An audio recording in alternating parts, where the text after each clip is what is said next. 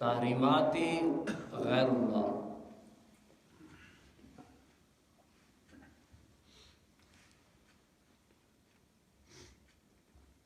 ایک چیز جو اللہ رب العالمین نے حلال کی ہے اور اللہ رب العالمین نے اسے منع اور حرام نہ کیا ہو،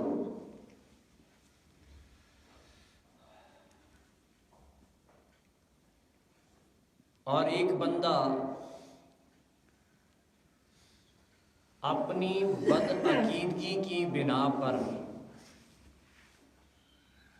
اللہ کی حلال چیز کو حرام کر دے، خواہ وہ خوراک ہو یا لباس ہو،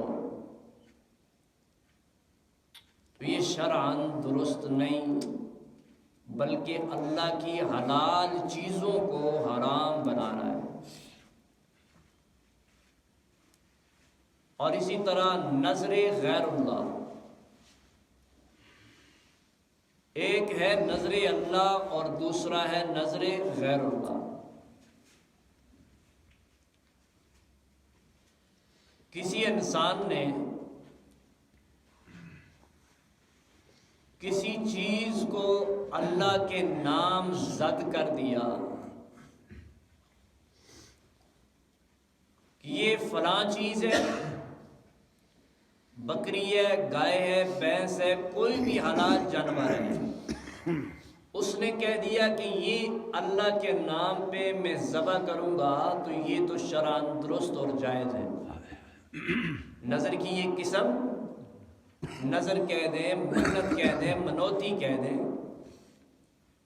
اب یہ تو اس کے لیے اس کا کھانا، اس کا استعمال کرنا حلال ہے، لیکن یہی گائے، بکری، بھینس، کوئی بھی حلال چیز ہو، اس حلال جانور کو کسی غیر کے نام کر دینا کہ یہ میں بکری ہے فلاں حضرت کے نام پہ ذبح کر رہا ہوں، فلاں کے نام پر دے رہا ہوں، تو یہ نظر ماننا ہی گویا کہ حرام ہے۔ اب جو اللہ تبارک و تعالیٰ کے نام پر نظر کی گئی ہے، منت کی گئی ہے، اب منت کے اندر ہمیں یہ اصول یاد رکھنا ہے۔ منت جس نے مان لی ہے، اب منت کی ہوئی گائے، بکری، کوئی بھی چیز جانور ہو، اس منت شدہ چیز کا خود پر استعمال کرنا جائز نہیں۔ مثلاً اس نے بکری منت مانی، بیل ہے، گائے ہے، دانت ہے، اگر اس نے منت مانی کہ یہ میرا فلاں کام ہو گیا تو میں یہ کروں گا، اب اس نے اس پر وہ منت لازم ہو جاتی ہے، جو ہی اس کا وہ کام پورا ہوگا تو اس نے اس جانور کو ذبح کرنا اس کے لیے ضروری بن جائے گا۔ لیکن اب کھانے کا مقصد آ گیا، کھانے کا وقت آیا، تو اب اس میں سے اس کی کلیجی، اس کے پوٹے خود استعمال کرنے کی اجازت، اگر وہ خود استعمال کر لے گا، منت شدہ جانور میں سے اگر کوئی خود استعمال کر لے گا یا اس میں سے کوئی امیر بندہ استعمال کر لے گا، صاحب استطاعت، صاحب مال، صاحب حیثیت بندہ اگر خود استعمال کرے گا اس میں سے، تو وہ منت ساری کی ساری اسی طرح اس پر قائم اور دائم رہے گی۔ جانور بھی اس کا ضائع ہو گیا، صدقہ عام تو بن جائے گا، اس کی خراج بھی ہو جائے گی، سب کچھ ہو جائے گا، لیکن وہ اس سے منت اس کے سر سے نہیں اترے گی۔ سمجھ آ گیا مسئلہ جی؟ اگر کسی نے جانور، میں دوبارہ دہرا رہا ہوں، اگر کسی نے جانور منت کا کیا، نظر کا کیا، اس لحاظ سے کہ میرا فلاں کام ہو جائے اور اس کے بعد میں اس جانور کو ذبح کروں گا، اس کے لیے جائز ہے، اس کا استعمال کرنا جائز ہے، لیکن خود پر استعمال کرے گا تو وہ منت ادا، آسان سا مسئلہ ہے۔ اب جو اللہ تبارک و تعالیٰ نے جن چیزوں کو حرام کیا ہے ان کو حلال سمجھنا یہ بھی گناہ ہے۔ اللہ رب العالمین نے کلام مقدس کے اندر فرمایا،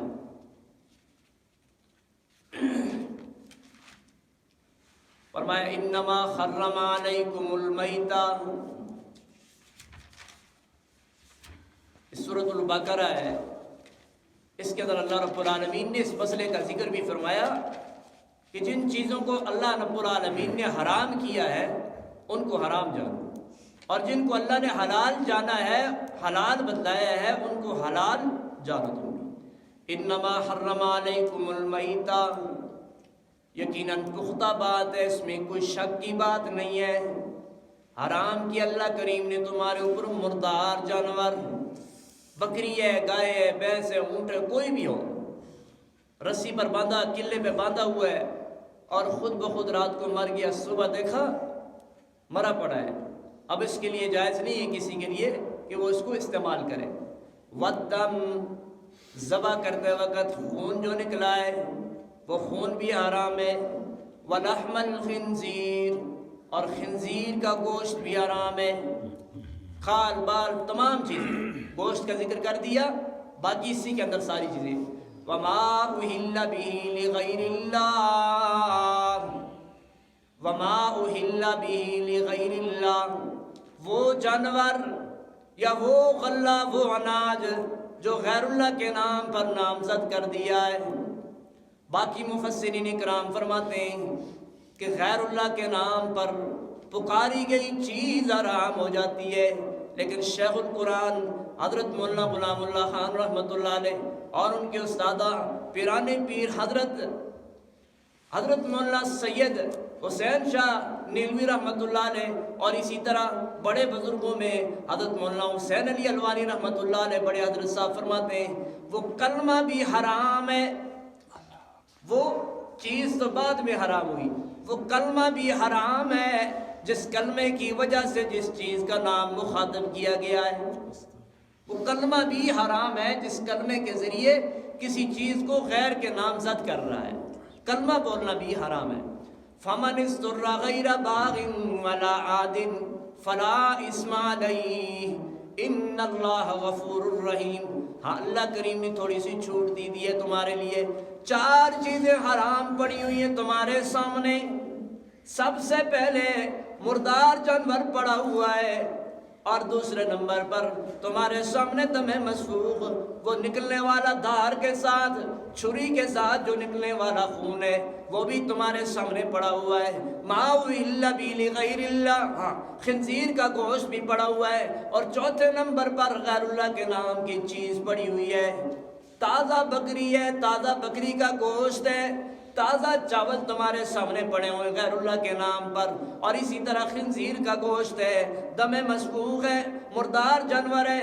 ایک بندہ آیا بھوک کی حالت کے اندر ہے، بھوک نے اتنا اضطراب کر دیا، اتنا محتاج کر دیا کہ اس کے لیے کھانے کی اس کے پاس کوئی چیزیں نہیں ہیں، 4 چیزیں اس کے پاس موجود ہیں، مردار جانور بھی پڑا ہوا ہے، دم مسفوخ بھی پڑا ہوا ہے، اور خنزیر کا گوشت بھی پڑا ہوا ہے، اور چوتھے نمبر پر اس کے پاس غیر اللہ کے نام کی تازہ شرینی بھی پڑی ہوئی ہے۔ اللہ فرماتا ہے فَمَنِ اسْتُرَّ غَيْرَ بَاغٍ وَلَا عَادٍ فَلَا إِثْمَ عَلَيْهِ۔ ایسی حالت کے اندر میں اللہ کریم نے حلال تو نہیں کیا، لیکن تیرے لیے جائز قرار دیا ہے کہ تینوں چیزوں کو چھوڑ کر کوئی ایک چیز استعمال کر لے، لیکن ما اہل به لغیر اللہ، غیر اللہ کے نام کی چیز اتنی حرام ہو چکی ہے، اتنی حرام ہو چکی ہے، باقی تینوں کو استعمال تو کر سکتا ہے، غیر اللہ کے نام کی تازہ شرینی استعمال کرنے کی بھی گنجائش نہیں۔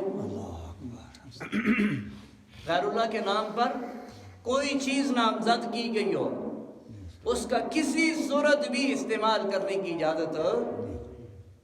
مردار جانور ہے، اس میں سے تھوڑا سا کھا لے، تیرا وقت گزر جائے، تیرے لیے گنجائش ہے، حلال نہیں ہے، مسئلہ سمجھنا، حلال پھر بھی نہیں ہے، لیکن پھر بھی تیرے لیے گنجائش ہے، استعمال کرنے کی اجازت ہے۔ ایک ہوتی ہے اجازت اور ایک ہوتی ہے حلال حرام۔ حلال حرام وہ اپنی جگہ ہے، لیکن اجازت تیرے لیے پھر بھی ہے۔ ہاں اگر وہ بھی نہیں ہے، خون جو چھری کے ساتھ نکلا ہے، دم مسفوخ جو حرام ہے، اگر وہ پڑا ہوا ہے اس میں سے استعمال کر لے۔ خنزیر کا گوشت تو استعمال کر سکتا ہے، لیکن غیر اللہ کے نام کی چیز استعمال کرنے کی پھر بھی اجازت ہو۔ یہ جو بزرگ کی قبر پر چادر چڑھائی جاتی ہے حرام ہے. بزرگوں کی قبروں پر کھانا ڈالا جاتا ہے حرام ہے. بزرگوں کی قبروں پر جو تیل جلایا جاتا ہے حرام ہے. اللہ قرآن میں فرما رہا ہے یہ تمہارے لیے حلال نہیں ہے، حرام ہے، اور ان حراموں کا استعمال کرنا تمہارے لیے کسی صورت بھی جائز نہیں ہے. آگے اللہ نے 5ویں چیز بھی ذکر فرما دی حرام والی. فرمایا ان الذين يكتمون ما انزل الله من الكتاب ويشترون به ثمنا قليلا ان الذين يكتمون ما انزل الله من الكتاب. جو بندہ اللہ کریم کی کتاب کا یہ مسئلہ حرام و حلال والا مسئلہ جو بندہ چھپاتا ہے، اللہ کریم فرماتے ہیں جس نے مسئلہ توحید کو چھپایا، مسئلہ قرآن والا چھپایا، ما انزل اللہ جو اللہ نے کتاب میں نازل کیا ہے قرآن مقدس کے اندر، وَيَشْتَرُونَ بِهِ ثَمَنًا قَلِيلًا دنیا کی تھوڑی سے مال کے لیے، دنیا کی تھوڑی سی تنخواہ کے لیے اگر اس نے مسئلے کے اندر کمپرومائز کیا، اولئک ما یاکلون فی بطونہم الا النار. ظاہراً تو یہ مال کھا رہا ہے، ظاہراً تو یہ حرام کا مسئلہ بیان کر کے حلال کے مسئلے کو چھپا کر کے لکا کر کے یہ ظاہری طور پر تو کھانا کھا رہا ہے، پیسے لے رہا ہے، لیکن حقیقت کے اندر اللہ کے کاغذوں کے اندر جہنم کی آگ بر رہا ہے. اور یہ دنیا کا یہ عذاب ہے.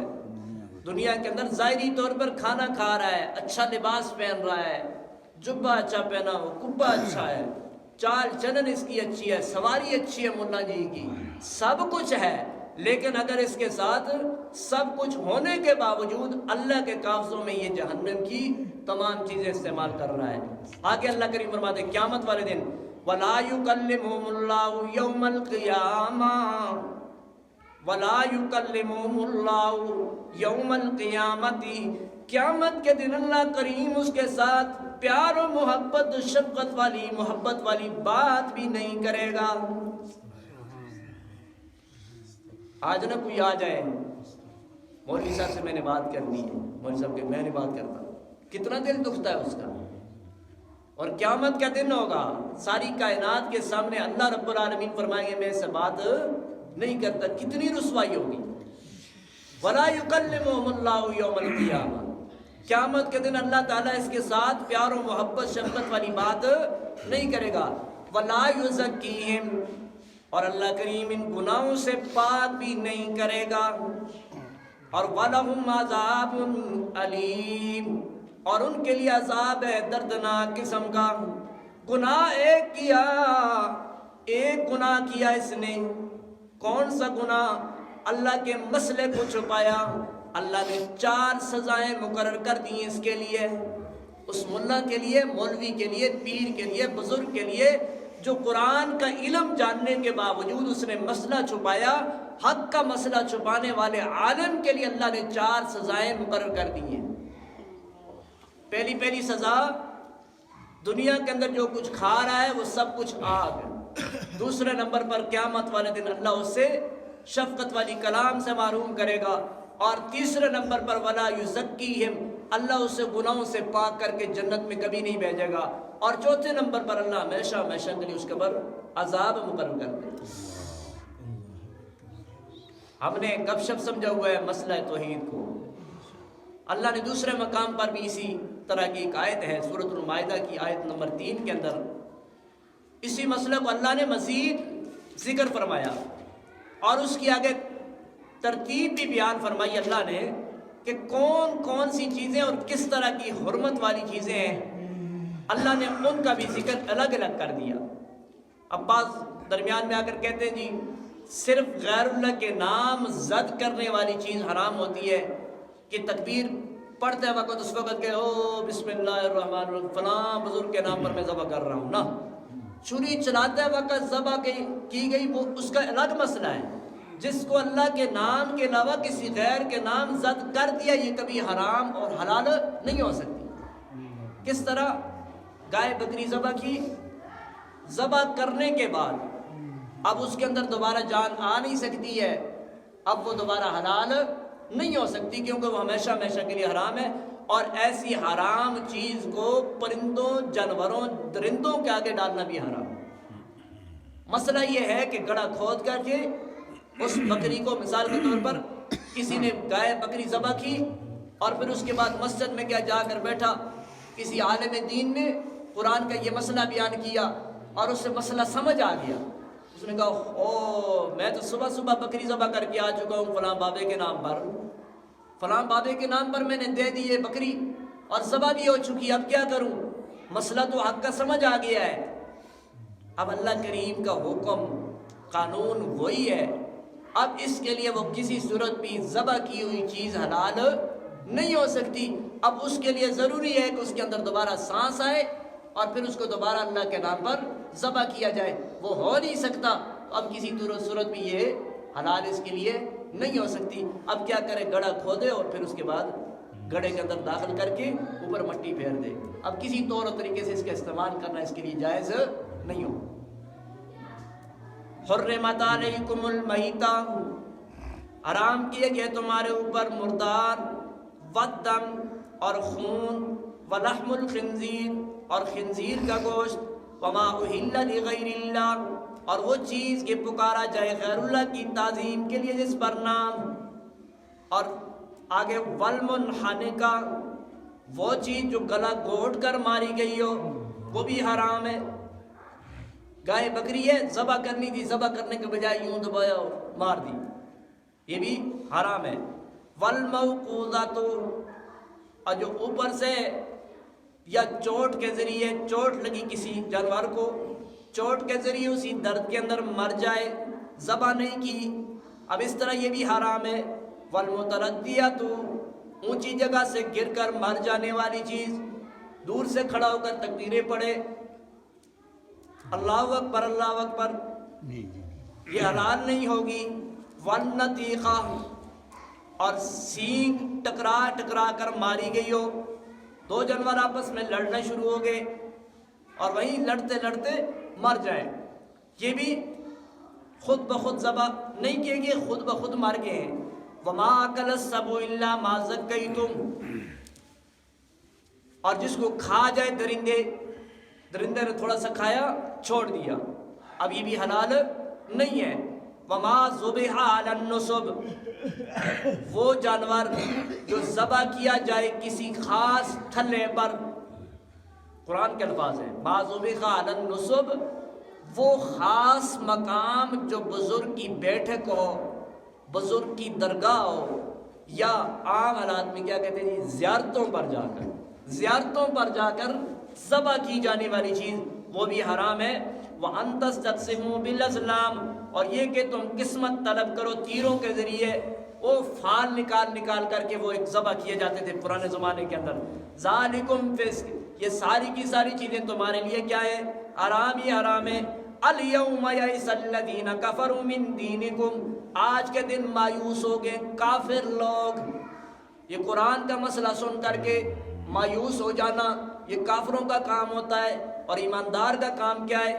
قرآن کا جب مسئلہ سن لیا تو پھر اس کے بعد مایوس نہ ہو بلکہ اس پر عمل درآمد کرنا شروع کر دے۔ اب آئیے ذرا سورۃ الانعام کے اندر،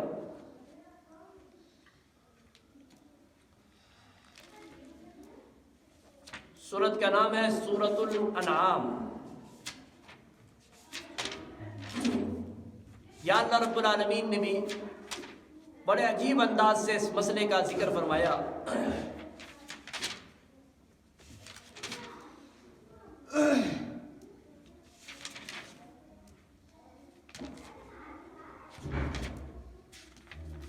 اب جب مسئلہ توحید انسان کو سمجھ آ جائے تو پھر اس کے بعد اس کے اوپر اڑ جانا یہ ایمانداروں کی علامت نہیں ہے، بلکہ یہ اللہ رب العالمین کے ساتھ جھگڑے والی بات ہے۔ جب اللہ کے ساتھ جو بندہ جھگڑا کرتا ہے تو اس کے لیے نہ اس جہان کے اندر کوئی ٹھکانہ ہے، نہ آخرت کے جہان کے اندر اس کے لیے کوئی بچاوے کا ذریعہ ہے۔ جب اللہ رب العالمین نے جس چیز کو حلال قرار دیا ہے تو اس حلال کردہ چیز کے اندر اپنی طرف سے حرام بھی بندہ نہ بنا۔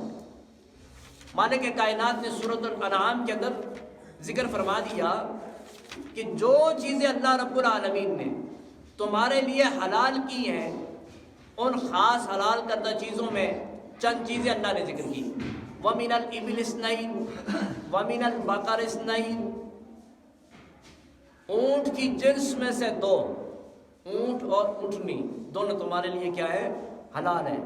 وَمِنَ الْبَقَرِ اثْنَيْنِ، دو جوڑے گایوں کے، وہ بھی تمہارے لیے حلال ہے۔ اور اسی طرح تمہارے لیے ان جانوروں کی مثل، بعض فقہاء نے، بعض علماء نے، خاص کر یہ سعودیہ کے علماء نے بھینس کو حلال نہیں سمجھا، حالانکہ دودھ اس کا استعمال کرتے ہیں، وہ دودھ وہاں پر بھی چلتا ہے، دودھ استعمال کرتے ہیں، لیکن اس کا گوشت استعمال نہیں کرتے۔ اور من البقر اثنین، یہ جو گائے کا جوڑا ہے، اس گائے کی مثل وہ بھینس بھی ہے، اس کے اندر یہ بھی شامل ہے۔ اللہ نے جن چیزوں کو حلال قرار دیا، ان حلال کردہ چیزوں کے اندر حرمت کی کوئی ترتیب نہیں بنانی چاہیے اپنی طرف سے۔ اور اب اللہ تبارک و تعالیٰ نے جن جن چیزوں کو حرام کیا ہے، ان حرام کردہ چیزوں کے اندر تمہیں اللہ تبارک و تعالیٰ کی حلال چیزوں میں حرام کو اور حرام چیزوں میں حلال کو ملانے کی کوئی گنجائش نہیں ہے۔ جتنی اللہ تعالیٰ نے تمہیں بتلا دیا جن چیزوں کے بارے میں، ان چیزوں کو مان لو، اور جن چیزوں کے بارے میں اللہ رب العالمین نے منع کر دیا ہے تو ان سے منع ہو جانا، یہ ایماندار کی علامت ہے۔ اور مالک کائنات نے دوسرا مسئلہ جو ذکر کیا ہے، یعنی پہلی چیز تھی تحریمات غیر اللہ اور دوسری چیز ہے نظر غیر اللہ، ان دونوں کا ذکر ہو گیا۔ اب تیسری چیز آتی شرک فی البرکات۔ بادشاہوں، ہمارے بزرگ تو بڑی برکتوں والے ہیں، ایک شف کرتے ہیں اور شف کے اندر اتنی برکتیں ہوتی ہیں کہ ہزاروں ٹھیک ہو جاتے ہیں۔ اب ان کو برکات دہندہ بزرگ کو سمجھا جا رہا ہے۔ اللہ رب العالمین نے کلام مقدس کے اندر کیا فرمایا؟ فرمایا تبارک الذی نزل الفرقان، تبارک الذی نزل الفرقان علی عبدہ لیکون للعالمین نذیرا۔ برکت والی ذات اگر ہے تو صرف اللہ کریم کی ہے۔ نزل الفرقان، جس نے قرآن نازل کیا، علی عبدہ، اپنے بندے پر، اپنے بندے پر جس نے قرآن نازل کیا۔ برکتوں والی ذات تو اللہ کریم کی ہے۔ اور کافر لوگ کیا کہنے لگے؟ وَقَالُوا مَا لِهَٰذَا الرَّسُولِ يَأْكُلُ الطَّعَامَ وَيَمْشِي فِي الْأَسْوَاقِ، کہنے لگے کافر لوگ، کیا یہ رسول ہے؟ کون سا رسول ہے جو کھانا بھی کھاتا ہے، وَيَمْشِي فِي الْأَسْوَاقِ، بازاروں میں بھی چلتا پھرتا ہے۔ لَوْلَا أُنزِلَ عَلَيْهِ مَلَكٌ فَيَكُونَ مَعَهُ نَذِيرًا، کیوں نہ ہمارے اوپر فرشتہ رسول بنا کر بھیجا، ہمارے اوپر فرشتہ رسول بنا کر بھیجتے، ہم فرشتے کی اطاعت کرتے ہیں، فرما برداری کرتے ہیں۔ یہ تو ہماری طرح کھانا کھاتا ہے اور پیتا ہے اور بازاروں میں چلتا پھرتا ہے، کوئی فرشتہ رسول ہونا چاہیے تھا۔ اور پھر آگے دوسری بات انہوں نے کی، او یلقا الیہ کنز او تکون لہ جنۃ یأکل منہا، وہ کہنے لگے یہ اس پر کوئی خزانہ اتار دیا جاتا ہم پھر بھی ماننے کے لیے تیار ہو جاتے، یا اس کے لیے کوئی باغ ہوتا، اس باغ میں سے یہ اچھے طریقے سے زندگی گزار لیتا، اس باغ میں سے کھانا کھاتا۔ یہ تو کئی کئی دن تک فاقوں کے اندر گزار رہا ہے۔ نبی علیہ السلام کو دیکھا نا، فاقوں پر فاقے گزر رہے ہیں، 4 5 دن تک کھانا نہیں مل رہا، اور اسی طرح بھوک کی حالت کے اندر رہ رہے ہیں۔ کافروں نے کہا دیکھا یہ نبی ہے، اس کو ہم ماننا شروع کر دیں۔ 4 5 دن تک اس کے لیے اس کے گھر میں چولہا نہیں جلتا، ہم اسے اپنا رسول بنا لیں. کوئی ایسا رسول ہوتا کم از کم اس کے پاس کھانے پینے کی اچھی پرسنالٹی تو اچھی ہوتی. لوگوں نے پرسنالٹی پر ان کے اعتراضات کیے اور آگے ساتھ ہی کہنے لگے وَقَالَ الظَّالِمُونَ إِن تَتَّبِعُونَ إِلَّا رَجُلًا مَسْحُورًا. اور ساتھ ہی کہنے لگے ظالم لوگ ان تتبعون، ہم اس کی پیروی کرنا شروع کر دیں الا رجلا مسحورا، یہ تو جادو زدہ ہے، اس کے اوپر تو معاذ اللہ جادو کیے ہوئے ہیں، یہ تو جادو زدہ ہے، خود بھی معاذ اللہ جادوگر ہے اور جادو اس کے اوپر بھی جادو کیا ہوا ہے، اس لیے یہ اس طرح کی باتیں کرتا ہے. اب اللہ رب العالمین نے فرمایا انظر کیف ضربوا، اور میرا پاک پیغمبر دیکھ تو صحیح نا، لکل امثال، کیسی مثالیں دے رہے ہیں تمہارے اوپر، کیسی مثالیں فٹ کر رہے ہیں. فضلوا فلا یستطیعون سبیلا، یہ ایسے گمراہ ہوتے ہیں یہ کبھی بھی راہ راست پر آنے والے نہیں ہیں. اب آپ کے لیے کیا بشارت ہے، خوشخبری ہے. فرمایا تبارک الذی ان شاء جعل، برکتیں تمام کی تمام کس کے پاس ہیں؟ میں اللہ رب العالمین کے پاس ہے. میں اللہ رب العالمین کے خزانے اتنے برکتوں کے، اگر آج بھی میں تمہارے لیے جنت باغات کے ڈھیر لگا دوں تو مجھے کوئی پوچھنے والا نہیں. میں آج بھی تمہارے لیے باغات دے رہا ہوں. لیکن فرمایا الدنیا سجن المومن و جنت الکافر، دنیا مومن کے لیے قید خانہ ہے اور کافر کے لیے جنت. کہ دنیا کے اندر ساری چیزیں مل جانا تو یہ تو کافروں کے لیے اللہ نے رکھا ہے. آخرت کے اندر اللہ تبارک و تعالیٰ نے ایمانداروں کے لیے جو اللہ تعالیٰ نے چیزیں رکھی ہیں وہ الگ ہیں. اور اسی طرح معلوم ہوا اس مسئلے کے برکتیں دینے والا بھی کون ہے؟ بولتے نہیں، ناراض ہے جی. اگر کسی اور کو برکات دیتا کوئی اگر اور بھی ہے تو 10 چڑھو، مسئلہ ہی حل ہو جائے. برکتیں دینے والا کون ہے؟ اور نظر کس کے نام پہ کرنی ہے جی؟ اللہ کے نام پر. اور جو اللہ تعالیٰ نے حرام کر دی ہے اسے حلال نہیں جاننا، اور جو چیز اللہ تبارک و تعالیٰ نے حرام کر دی ہے اس کو حلال، اور حلال کردہ چیز کو حرام نہیں ماننا. اور اسی طرح شرک فی الحکم والقانون، قرآن کریم کے اندر اللہ تعالیٰ نے کئی مقامات پر اپنا حکم اور نبی پاک صلی اللہ علیہ وسلم کے طریقے کو انسانی زندگی کا معیار بنایا. اطیعوا اللہ و اطیعوا الرسول، اللہ کی اطاعت کرنی ہے اور رسول اللہ صلی اللہ علیہ وسلم کی فرمانبرداری کرنی ہے.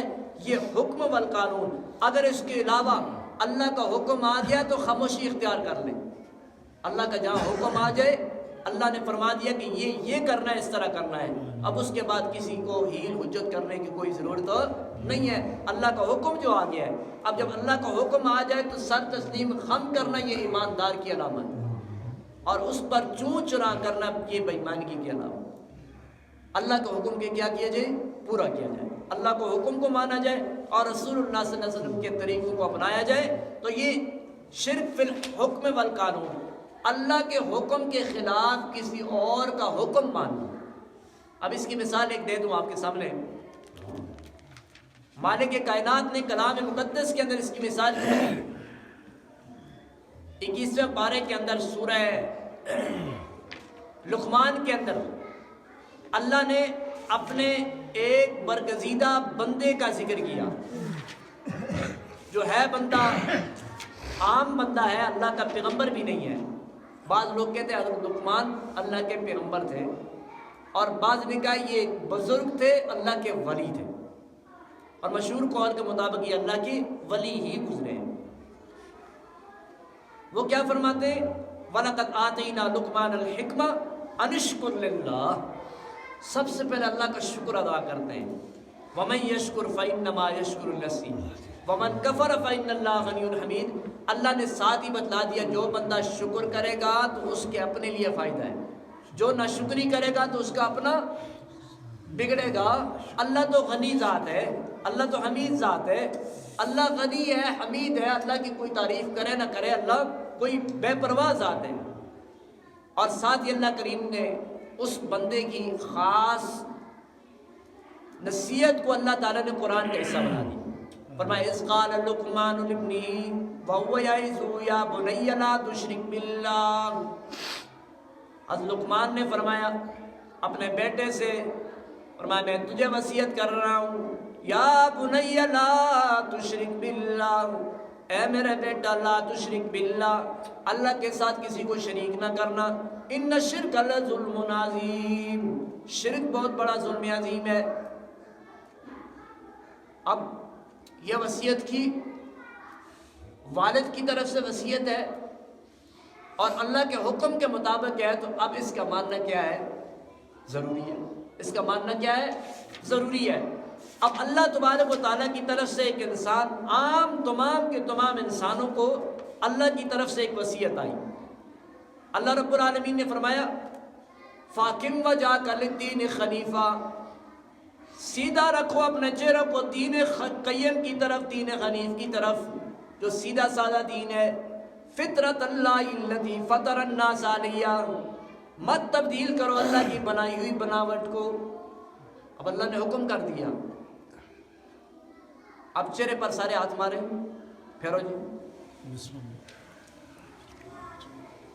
ہاتھ میں پکڑو، اگر کچھ آ رہے ہیں تو سمجھ لیو کہ اللہ تبارک و تعالیٰ کو شکر ہے، یہ اللہ کی فطرت ہے۔ مرد کے چہرے پر داڑھی کا ہونا یہ فطرت اللہ ہے، اور لا تبدیل لخلق اللہ، اللہ فرما رہا ہے کہ میری تخلیق کو تبدیل۔ اب مسلمان کا کیا کام ہے؟ ماننا۔ اگر مسلمان اللہ کی اس بناوٹ کو تبدیل کرے گا تو فطرت اللہ التی فطر الناس علیہا اس حکم نامے کے خلاف ہو رہا ہے۔ اللہ فرما رہا ہے لا تبدیل لخلق اللہ، میں اللہ نے جس طرح مخلوق کو پیدا کیا ہے اس مخلوق کے اندر مرد کے لیے داڑھی ہے، عورت کے لیے داڑھی نہیں ہے۔ اب جس مرد کو اللہ تعالیٰ نے داڑھی سے نوازا ہے، اب اس کو اگر وہ کاٹ رہا ہے، منا رہا ہے، تو یہ گناہ ہے، اور اللہ کی بنائی ہوئی فطرت کو تبدیل کر رہا ہے۔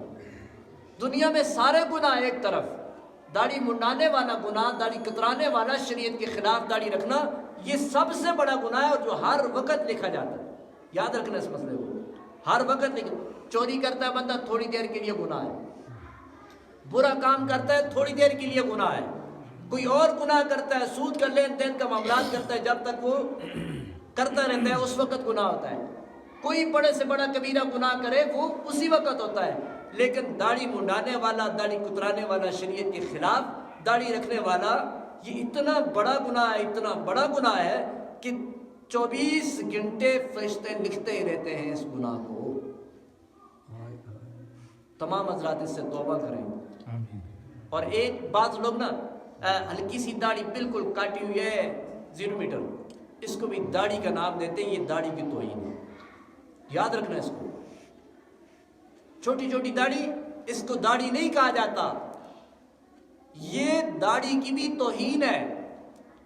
داڑھی سنت کے مطابق ایک مٹھ جس کو کہا جاتا ہے، ایک بالشت، ٹھیک ہے، یہ انسان کی داڑھی شریعت کے مطابق جب تک ہوگی تو یہ انسان شریعت کے قانون کے اندر ہے، وگرنہ لا تبدیل لخلق اللہ، یہ قرآن کی آیت ہمیں بتلا رہی ہے اللہ کی بناوٹ کے اندر تبدیل کرنا یہ حرام ہے۔ ذالک الدین، اسی لیے علماء نے فرمایا لا تبدیل لخلق اللہ۔ جو علماء فرماتے ہیں نا داڑھی منڈانا حرام ہے، کتروانا حرام ہے، شریعت کے خلاف کرنا حرام ہے، وہ قرآن کی اس آیت سے فرما رہے ہیں، اپنی طرف سے نہیں فرما رہے۔ لا تبدیل لخلق اللہ، اللہ کی بنائی ہوئی تبدیل، تخلیق کو تبدیل نہ کرو۔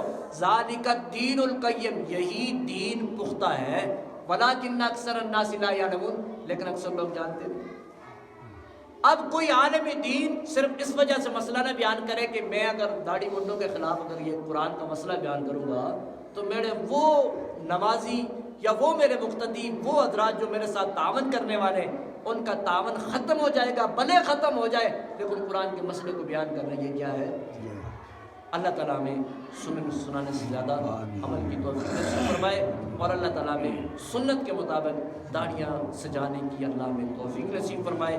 باقی بھی اللہ تبارک و تعالیٰ سنت کے مطابق ہمیں احکامات پر لاگو رہنے کی توفیق نصیب فرمائے۔ کل انشاءاللہ بقیہ اسباق کا خلاصہ ہوگا، پھر اس کے بعد انشاءاللہ تفسیر کا آغاز ہوگا۔ اللہ تعالیٰ میں عمل کی توفیق نصیب